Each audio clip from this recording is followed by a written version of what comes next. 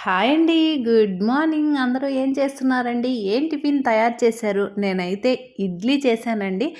ప్రతి షాట్‌లో ఇడ్లీ చూపిస్తూ ఉంటాను కదండీ! చాలామంది మీ ఇడ్లీలు చాలా మెత్తగా ఉన్నట్లుగా కనిపిస్తున్నాయి అని అంటుంటారు.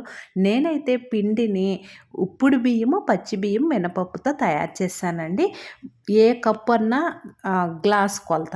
ఏ కొలత అయినా గానీ 3 కప్పులు ఉప్పుడు బియ్యము, ఒక కప్పు మామూలుగా మనము అన్నం వండుకుంటాం కదండీ! ఆ బియ్యము, ఒక్క కప్పు మినప్పప్పు, పావు కప్పు అటుకులు గానీ, సగ్గుబియ్యం గానీ నానబెట్టి ఇలా పిండి తయారు చేసి ఇడ్లీలు పెడతానండి. ఈసారి నేను పిండి తయారు చేసేటప్పుడు వీడియో కావాలంటే అడగండి కామెంట్ సెక్షన్‌లో. తప్పకుండా వీడియో అప్లోడ్ చేశాను. చూడండి ఎంత దూదెలాంటి ఇడ్లీలు మనకు రెడీ. ఈ ఇడ్లీలు చట్నీతో తినవచ్చు, పొడితో తినవచ్చు, సాంబార్తో తినవచ్చు.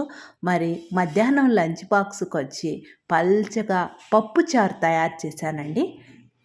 ఎక్కువగా నేను పప్పే చేస్తుంటానండి. పప్పు ఇంట్లో అందరూ ఇష్టంగా తింటారు.